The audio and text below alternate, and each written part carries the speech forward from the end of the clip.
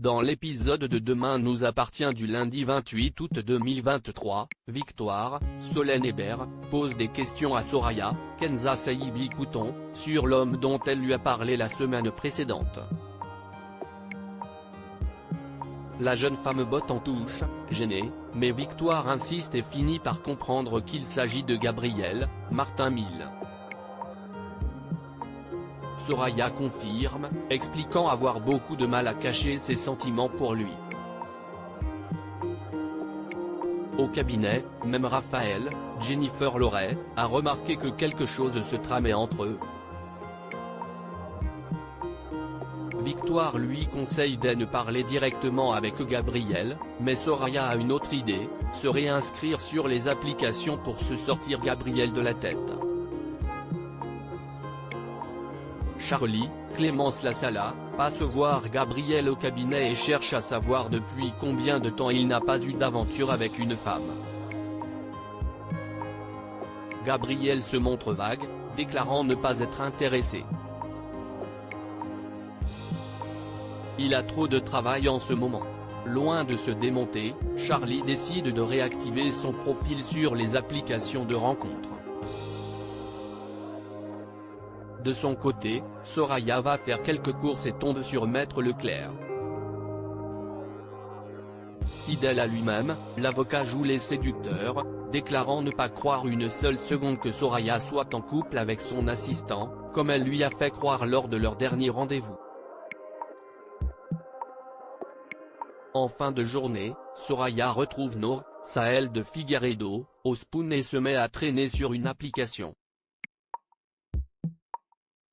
Elle tombe sur Leclerc, puis sur Gabriel, ce qui rend Nour triste. Elle ne savait pas que son ex-friend s'était remis sur les applications. Soraya, elle aussi, ne reste pas indifférente en voyant le profil de son assistant. Dorian et Étienne sont empoisonnés à l'arsenic de retour après un week-end sous la tente. Étienne, Patrick Guérino, décide d'aller courir. Dorian, Ryan Hubé, lui, se sent un peu fatigué et a la nausée. Il reste chez lui se reposer. Au commissariat, Aurore, Julie Desbazac, annonce à Karim, Sami Garbi, que les bidons aperçus chez Brunet, Farouk Bermouga, ont été retrouvés à la déchetterie. Ils ne contenaient rien de toxique, uniquement des produits autorisés.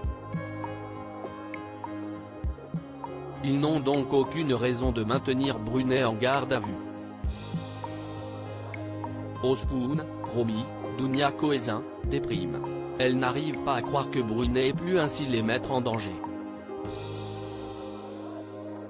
Ryan, Sacha Birdie, lui, est rassuré que ce dernier ait été arrêté.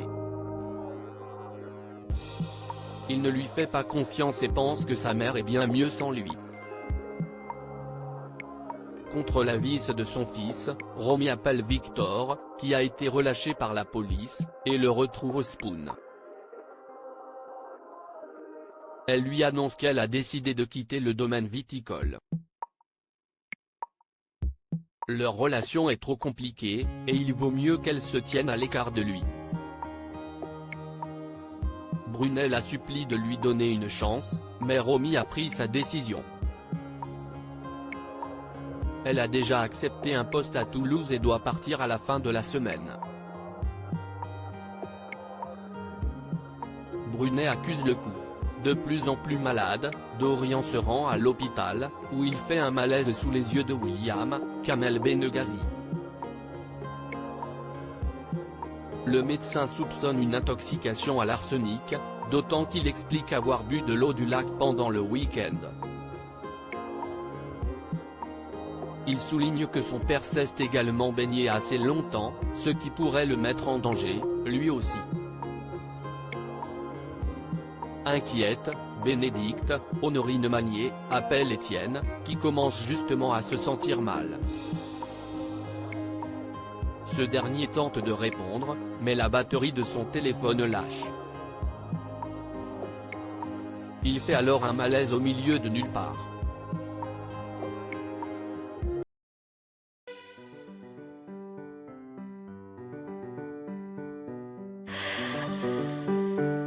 The man I love just